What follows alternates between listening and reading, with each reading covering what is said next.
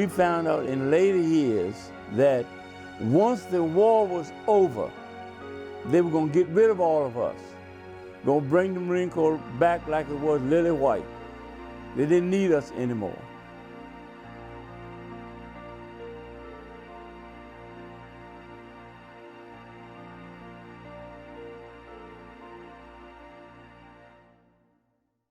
As a young boy in Manassas, see, I lived out in the country, and on Saturdays, my grandparents lived out either further than I did.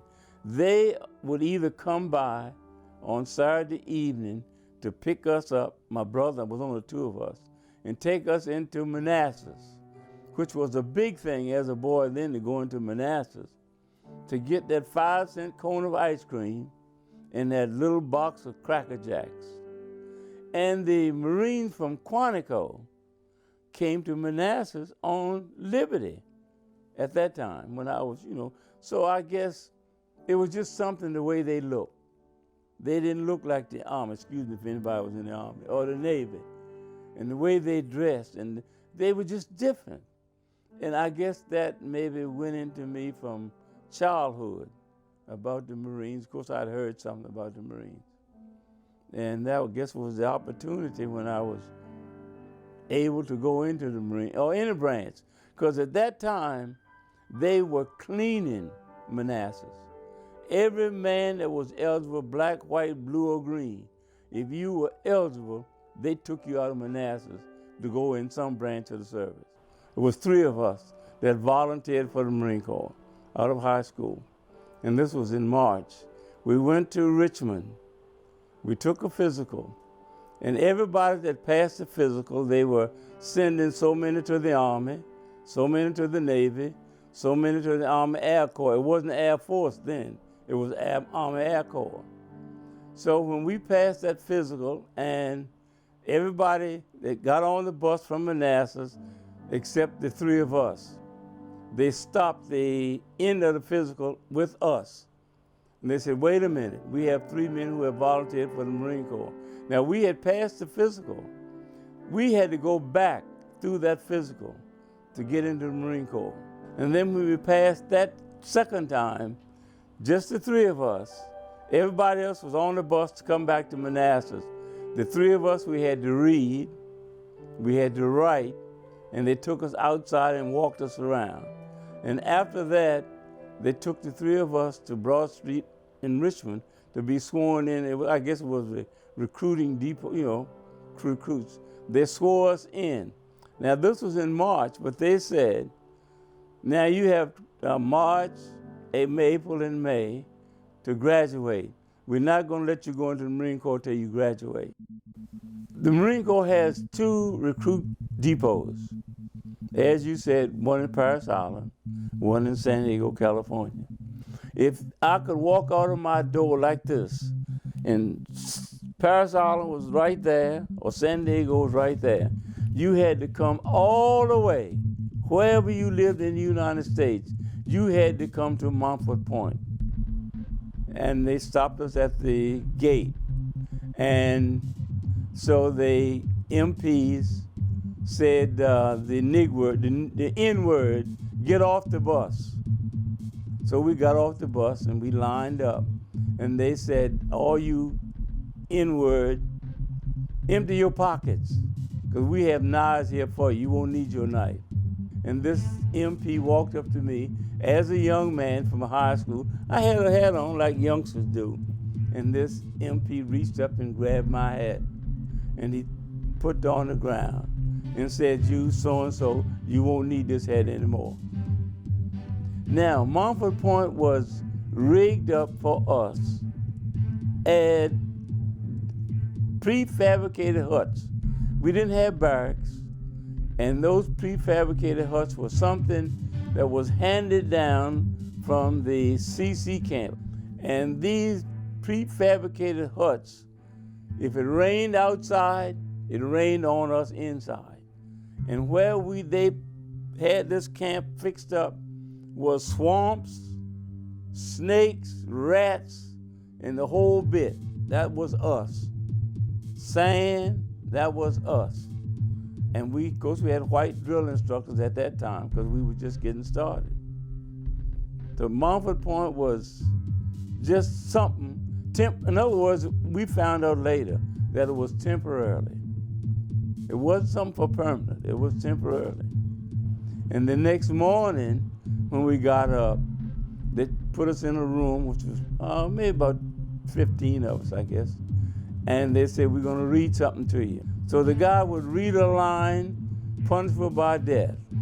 He would read a line, punishable by death. So we started looking at each other and said, hell, ain't nothing you can do in here. They ain't punishable by death. So we found that wasn't true. They did some things to us that normally wouldn't be. By being right by the swamps, I'll just give you some of the things. By being by the swamps, dusk dark, by being in the summertime, see, with a lot of mosquitoes, they would take us right by the swamps, dusk dark, and mosquitoes, you could almost grab them. And they would make us stand at attention. You couldn't move. The only thing you could do was twinge your nose or your face. And the DI, his famous word, did you eat, sound off like you crazy? Yes, sir. Let those so-and-so mosquitoes eat. That was their famous thing. That so the mosquitoes could do what they want. But, trick, you can't smack a mosquito. Once you got in the jungle, that sound went a long ways. But see, we didn't know that. But that was part of the training, although it might have been brutal at that time. You couldn't afford that sound to go in the jungle. And any of you know what a footlocker is? You put your clothes in a footlocker. That footlocker weighs better than 50 pounds or better. Do you ever know what a duck walk is? You get down on your crotches like a duck, and that footlocker up over your head, and you walk until the DI got tired, not you, until he got tired. And there were some brutal things like young men that came in there that never shaved. I mean, they might have a little fuzz on their face, but you got to shave. And the DI would give you maybe a day or two. Not me, because I was already shaving, but some of the guys didn't shave. And he said, tomorrow when you fall out, I want that fuzz off your face. Well, you know, some of them are stubborn. They didn't believe it. You come out there, and when the DI inspects you every day, he said, oh, you got that fuzz. He reach and get your bayonet and scrape that fuzz off your face. Did you hear what I said? Scrape that fuzz off your face and reach down and get a handful of sand and rub it on your face. Say, from now on, I want you to shave. The white Marines who were out of boot camp, you know, around our camp, and they said, we went through boot camp. Some went through Paris Island, maybe some went through California. They said, we don't know how you did it. I'll tell you this. They said, we don't want you. You don't belong here. You're not Marines, you never will be Marines, and you can't make it up as a Marine. So this is no place for you, the N-word again, and we heard that plenty. In other words, sometimes I had to think about what my name was, because I was called everything else but my name. And when they said, you don't belong here, you can't make it, you'll never make it, and believe me, they did everything under God's creation to make sure we didn't make it. But we decided, just a few of us, if the Buffalo Soldiers or the Tuskegee Airmen and all of those guys way back before us made it, then we can make it. So we even talked about the ship. Our people's slaves came over here on the ships. If they could make it coming across those waters, we don't have any idea how many days it took to come across that water. And the way they were on those ships, if they could make it, then we could make it. So we made it. It was a struggle, but we made it. Let me tell you this, once you get out of boot camp, it's a change. There's a difference once you get out of boot camp. Even during the segregation, it was a difference. And in Jacksonville, North Carolina, or in the South, wherever we was, the white Marines, I give them credit. Nobody, I'm talking about my experience, wherever we were, they made sure that did nobody mess with us. They said, you a Marine? Don't. See, those they didn't care. If you were a Marine, you were a Marine, black, white, or whatever you was. I'll give you an example. I had to go from a little town outside of Montford Point called Jacksonville. You go to Jacksonville to catch a bus to either Rocky Mount, North Carolina, or Wilson to catch a train. I had to catch a train from there to Washington, D.C. if I wanted to come home on Liberty. Then once I got to Washington at the train station, I had to catch a streetcar to the bus station to come back to Manassas. But anyway, all of that. But what happened one Sunday, I had been home on Liberty, and I got back to Rocky Mount, North Carolina.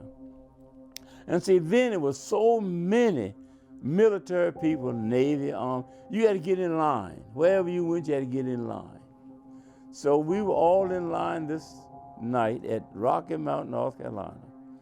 And the bus driver, so it was still segregation. The bus driver says, you all come, but they can't get on. When they said they're talking about us, they can't get on. So the white Marine said no. Said, these men got to be to camp the same time I got to be to camp. And said, we're going to get on this bus the same, just like we in line. So the bus driver said, okay, let them get on, but I can't drive the bus. The Marine says, what do you mean you can't drive the bus? He said, don't you have the keys? So the bus driver said, yeah, I got the keys. He said, well, give me the keys, let me see them. He said, now I'll tell you what, if you can't drive the bus, I'll drive it. So I'm telling you the truth. We left the bus driver standing there, and the Marine drove the bus back to Jacksonville, North Carolina. That's what they thought of us. Even though it was segregated, they did not mess with anybody, mess with us. We finished boot camp. If you live west of the Mississippi, you got 15-day furlough. If you live east of the Mississippi, you got 8-day furlough. So we didn't have the nice looking khakis like the Army had. No back pockets. You had the starch and on your pants. You had the starch and on your shirt and necktie. When we finished boot camp, some of the guys says, I can't go home like this. I mean, which we were pretty well beat up. He said, I can't go. The Marine Corps has you so mean and evil from the names you, see, they can't do that now. That the guy said, man, if I go, I might even cuss my mama or do anything. I can't go home. Well, I said, look, I don't care what it is, I'm going home, because I might not never go home again. So some of them didn't actually go home. So I went home, and then, well, I guess a bunch of us who would get furloughs and came back. And when my papers read the 51st Defense Battalion, that's all it was supposed to be. That one trial battalion, 51st Defense Battalion. So we came back, and some other guys came on from furloughs, and they got it. When they finally got that 51st Defense Battalion organized, we left Montford Point and went over to a little old place called Camp Knox, where they trained dogs, Marine Corps trained dogs. So that's where we was. So then we was still wondering what was going on. So the colonel called us out one morning, and he started calling names. So he says, I guess you men wonder why you were called. So we said, yes. And I said, yes, sir, yeah. So, so he said, you men were picked to be drill instructors. I said, Lord, to myself, I said, Lord, no way in the world I could treat another human being the way they treated me. When I say me, I mean the whole, all of us. So he says, is anybody here that don't want to be a drill instructor? I'm not sure, but I believe all hands went up. He said, well, I'm sorry. He said, you might well put them down. He said, you were picked to be drill instructors, and you will be so-and-so good drill instructors. So he said, now just look at all of you. All of you standing here are volunteers. Everything here is a volunteer. He said, but from now on, we're going to start getting draftees.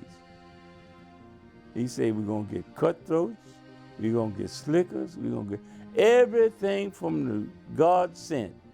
And he said, we got 11 weeks. And he said, after 11 weeks, we don't care what come in here, you're going to be ready. All they did with us for those 11 weeks was trained us day, night, and eat. We couldn't go like to the theater on post. We couldn't go to the PX. We couldn't go nowhere. Just those 11 weeks, they trained us for everything off the street to come in here. And that's what we did, 11 weeks. So after those 11 weeks, they put us as assistant to drill instructors, white drill instructors. And I think, I'm not sure, after about 2 platoons. In the meantime, the other guys who were coming in here, they were training them to be ammunition companies or depot companies, which was working outfits. But the other guys, they were out on the beaches. Have you ever seen these airplanes with letters behind the airplanes going across the beaches? Well, they had a long sleeve behind that airplane. And those guys on the beaches were shooting that leaf, that sleeve from behind that airplane. And they were in mortars and all of this stuff. These guys were shooting those stuff.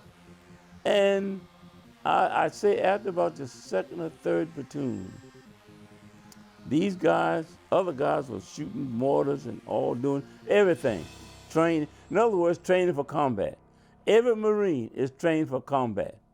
I don't care if you were typewriter, hook, bunk, hunky, or cook, you were trained for combat. Everybody. So after that, so one afternoon, they called us out. And so we said, now this was a little odd to call you out in the afternoon. So then we heard all of this noise, the sirens and all of this going on. So what in the world is going on? Would you believe? Here comes this big convertible limo, was President Roosevelt. He said, men, I got a short speech. He said, now you men on that uniform have broken every record that the Marine Corps has ever had. As far as I'm concerned, you're just as good as any Marine that put that uniform on. Send them overseas. That's what happened. So now these other guys was coming in, when they finished training them to make a platoon, they would pick a drill instructor to go as acting platoon sergeant. Nobody had any rank. They would send them overseas.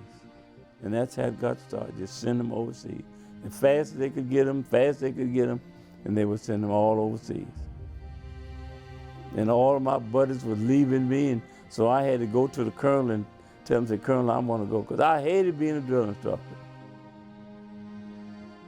As I was a drill instructor, I trained men to be Marines. Not all of this other stuff, cruelty and stuff that they had to go through. But I made sure they were in condition to know all the weapons that they need to know. They had to be in condition to do what they had to do. We could go out there and walk a mile, run 20 miles or whatever. It didn't make any difference, but we were ready. So that's what they started doing with all these other men coming in. Send them overseas. And you'd be surprised. They went overseas as ammunition companies, depot companies. But once they got on those beaches, all that was gone. They had to fight just like everybody else had to fight. And those white Marines was glad to see us on those beaches. My first was on a little island called Bonica. And then as you secure an island, the government lost a lot, throw away a lot of stuff. What's on the island, they just bulldoze it. Then you go to another island. That's where we were going from island to island to island on our way to Japan. So after Bonica, then I went to Saipan.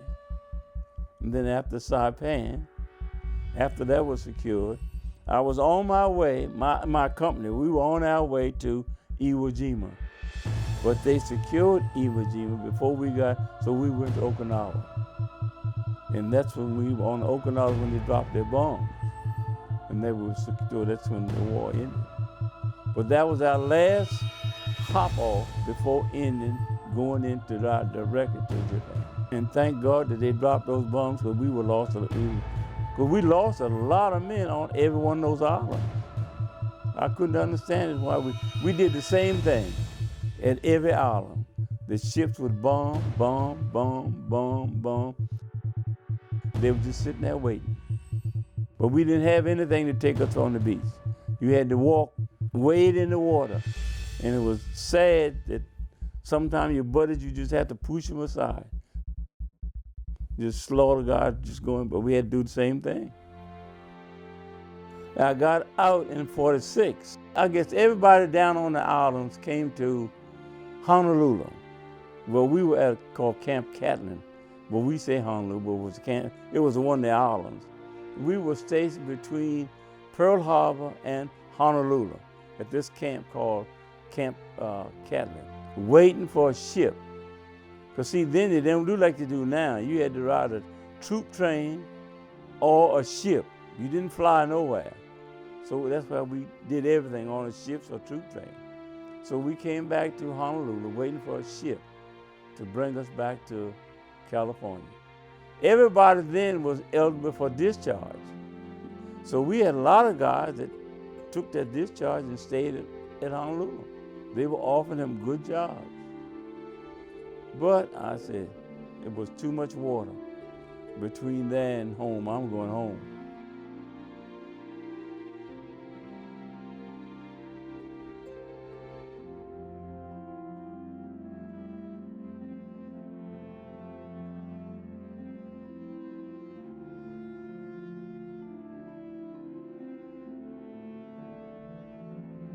My family veteran story is my brother went in the Army before I did and found out when he was in the Army, as far as I know, that he spent most of his time, especially overseas, with General Patton.